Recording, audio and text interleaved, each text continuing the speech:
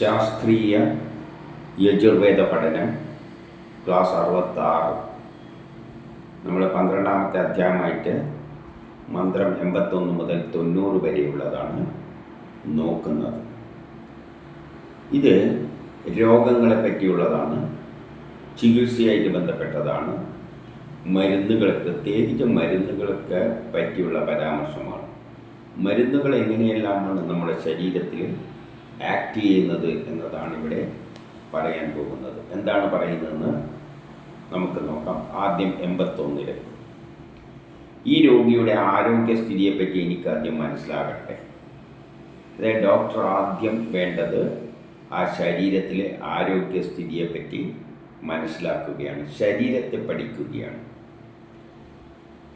എന്നിട്ട് ഞാൻ രോഗിക്ക് ഗുണം ചെയ്യുന്ന മരുന്നുകൾ പ്രയോഗിക്കുന്നു. അതിനുശേഷം ആ രോഗിക്ക്, ആ വ്യക്തിക്ക് എന്ത് മരുന്നാണോ ഗുണം ചെയ്യുക ആ മരുന്നിനെ ഞാൻ പ്രയോഗിക്കുന്നു. ആ രോഗത്തിൻ്റെ, അവൻ്റെ രോഗം ശമിക്കുന്നതിനും, അപ്പം മരുന്ന് എന്തിനാണ് പ്രയോഗിക്കുന്നത്? രോഗം ശമിക്കുന്നതിനും ശരീരഗുണത്തിനും, ശരീരം പുഷ്ടിപ്പെടാൻ വേണ്ടിയുമാണ്, ശരീരം പൂർവ്വസ്ഥിതിയെ പ്രാപിക്കുന്നതിന് വേണ്ടിയാണ് ഞാൻ ഔഷധങ്ങളൊക്കെയും പ്രയോഗിക്കുന്നത്. അപ്പോൾ ഔഷധത്തിന് 2 ധർമ്മമാണുള്ളത്: രോഗത്തെ ഇല്ലാതാക്കുക, അതേസമയം ശരീരത്തെ പൂർവ്വസ്ഥിതിയിലേക്ക് എത്തിക്കുക. ആ വിധത്തിലുള്ള ഔഷധങ്ങൾ എനിക്ക് സ്വസ്ഥത തരട്ടെ. അതിലൂടെയാണ് നമുക്ക് സ്വസ്ഥത ലഭിക്കുക എന്ന് പറഞ്ഞാൽ ശരീരം പൂർവ്വസ്ഥിതിയിൽ ഉന്മേഷവാനായിട്ട് മാറുക. ഇനി 82. എങ്ങനെയാണോ പശുക്കളെല്ലാം തൊഴുത്തിൽ നിന്നും പുറത്തു പോയിട്ട് പുല്ലുമേയുകയും കിടാങ്ങളെ സന്തോഷിപ്പിക്കുകയും ചെയ്യുന്നത്, പശുക്കൾ പുറത്തു പോയിട്ട് കിടാങ്ങളെയും കൂട്ടിക്കൊണ്ട് പോയിട്ട് പുല്ലുമേയും മറ്റേനെയെല്ലാം സന്തോഷിപ്പിക്കുന്നത്, അതുപോലെ മനുഷ്യർ ഔഷധികളാൽ ശക്തി ഉൾക്കൊണ്ട്, അതുപോലെ മനുഷ്യരെന്ത് വേണം, ഈ ഔഷധങ്ങളെ കൊണ്ട് ശക്തിയാർജിച്ചിട്ട് ഐശ്വര്യം പ്രാപിക്കട്ടെ. അപ്പോൾ ചെടികൾ പുല്ല് നിന്നിട്ടാണ് സന്തോഷം ഉണ്ടാകുന്നതെങ്കിൽ മനുഷ്യർ ആ ചെടികളിൽ നിന്ന് കിട്ടുന്ന ഔഷധങ്ങൾ എടുത്തിട്ടാണ് ഐശ്വര്യവും ശക്തിയെല്ലാം നേടുന്നത്. അങ്ങനെ മനുഷ്യൻ്റെ ശരീരത്തിനും ജീവനും ശക്തി പ്രാപിക്കട്ടെ എന്ന് പറയുകയാണ്. പശുക്കൾക്കും കുട്ടികൾക്കെല്ലാം പുല്ലിൽ നിന്ന് സന്തോഷം കിട്ടുമ്പോൾ നമുക്ക് ആരോഗ്യവും ശക്തിയും സന്തോഷവും ഐശ്വര്യമെല്ലാം ആ ചെടികളിലെ നീരിൽ നിന്നും ഔഷധ രൂപത്തിൽ ലഭിക്കുന്നു.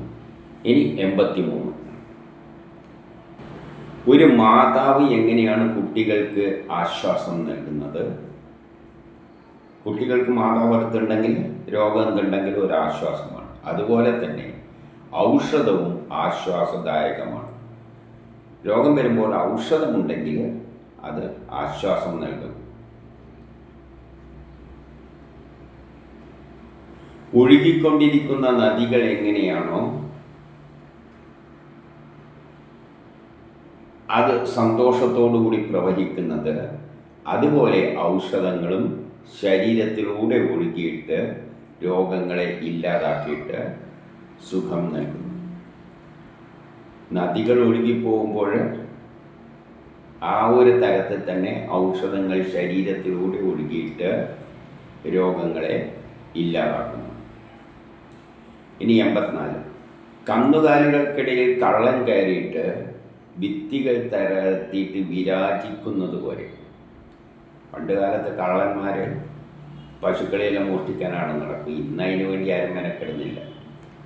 അപ്പോൾ അന്ന് കന്നുകാലികൾക്കിടയിൽ കള്ളൻ കയറിയിട്ട് ഭിത്തിയെല്ലാം തകർത്തിട്ട് വിരാജിക്കുന്നത് പോലെ രോഗത്തെ ശമിപ്പിക്കുന്ന ഔഷധങ്ങൾ ഭൂമിക്കുള്ളിൽ നിന്നും വേരുകൾ നീട്ടുന്നു.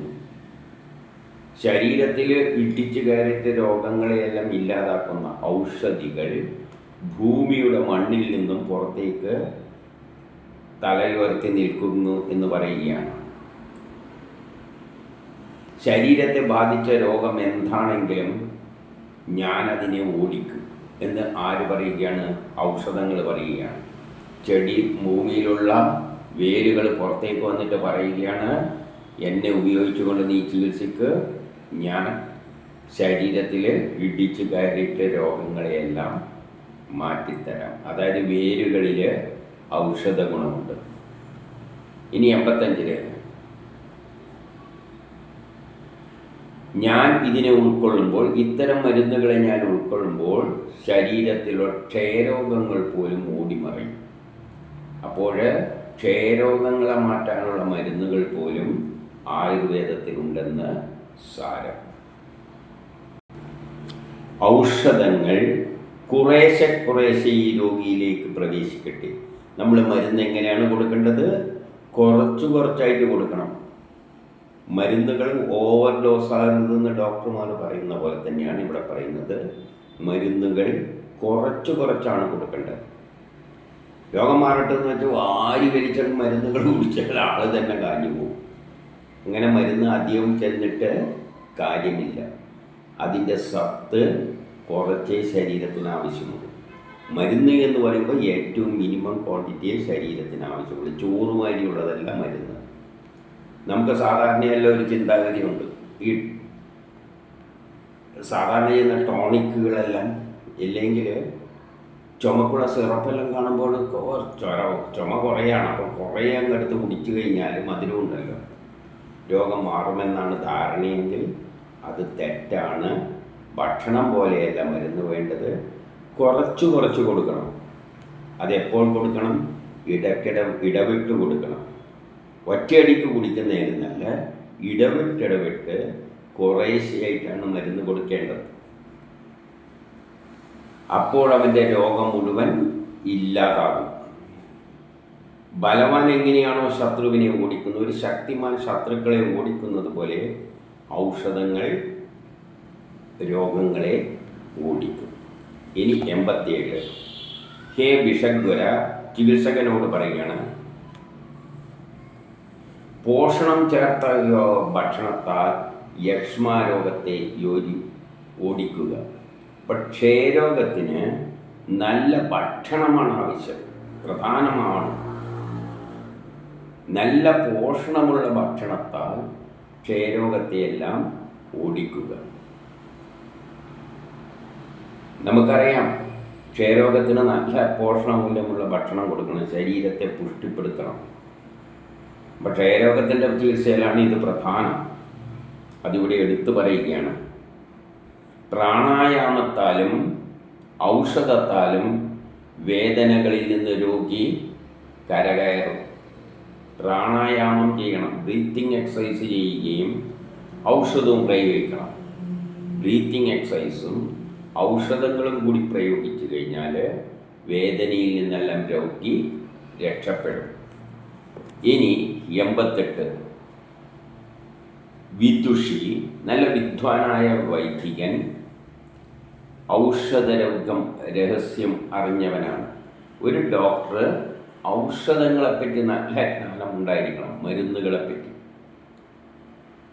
എൻ്റെ വാക്കിനെ ഉൾക്കൊള്ളുക. അതായത് ഈ വേദങ്ങൾ എഴുതിയ ഋഷികൾ പറയുകയാണ്, എൻ്റെ വാക്കിനെ ഉൾക്കൊള്ളണം. എന്തു വേണം? ആദ്യം ഡോക്ടർമാർ രോഗത്തെപ്പറ്റി മാത്രം പഠിച്ചാൽ പോരാ, മരുന്നുകളെപ്പറ്റി ശരിക്കും മനസ്സിലാക്കണം. ഔഷധങ്ങളൊക്കെയും പരസ്പരം സഹായിക്കുന്നതാണ്.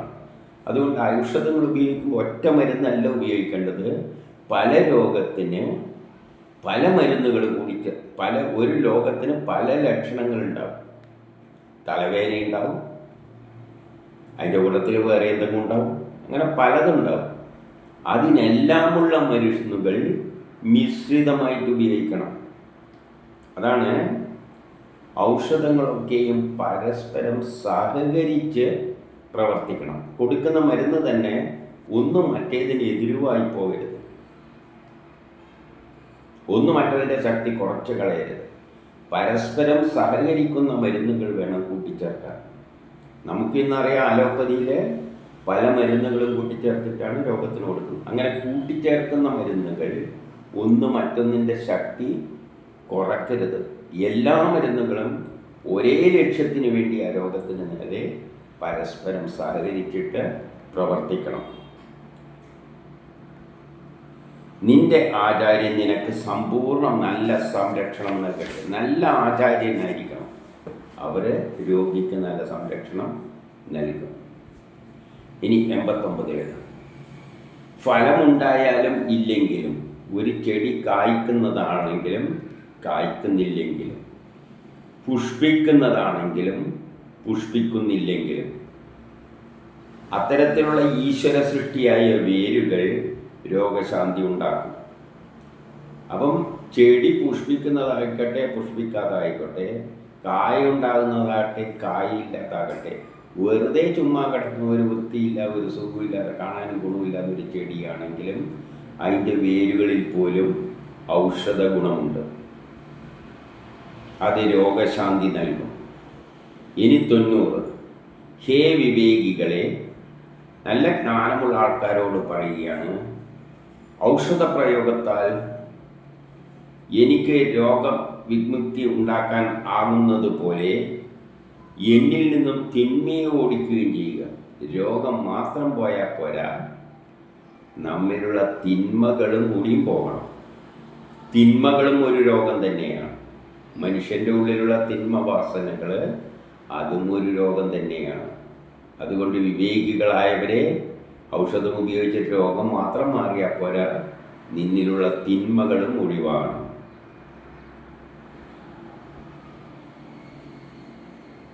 സൃഷ്ടിക്കപ്പെട്ട പ്രപഞ്ചനിയന്ത്രണത്തെ എതിർക്കാൻ എത്തുന്നവർ മുനികളെ അപഹസിക്കുന്നവരാണ്. പ്രകൃതിയിലുള്ള മരുന്നുകളെ കൊണ്ടാണ് ഋഷികൾ ചികിത്സിക്കാൻ നിർദ്ദേശിക്കുന്നത്. അതിനെ പരിഹസിക്കുന്നവർ യഥാർത്ഥത്തിൽ, ആ മരുന്നുകളെ പരിഹസിക്കുന്നവർ യഥാർത്ഥത്തിൽ അത് എഴുതി വെച്ച ഋഷികളെയാണ് അപഹസിക്കുന്നത്. ഒരു മരുന്നിനെ ചെടികളെ അല്ലെങ്കിൽ അതിൻ്റെ ഔഷധ വീര്യത്തെ ആരെങ്കിലും പരിഹസിക്കുന്നുണ്ടെങ്കിൽ അത് മുനികളെ അപഹാസിക്കുന്നതിന്, ഇതെല്ലാം കണ്ടെത്തിയ മുനികളെ അപഹസിക്കുന്നതിന് സമാനമാണ്. ഇന്നും ഔഷധികളെ പറ്റിയാണ് പറയുന്നത്. അത് അടുത്തയിലേക്ക് കാണാം.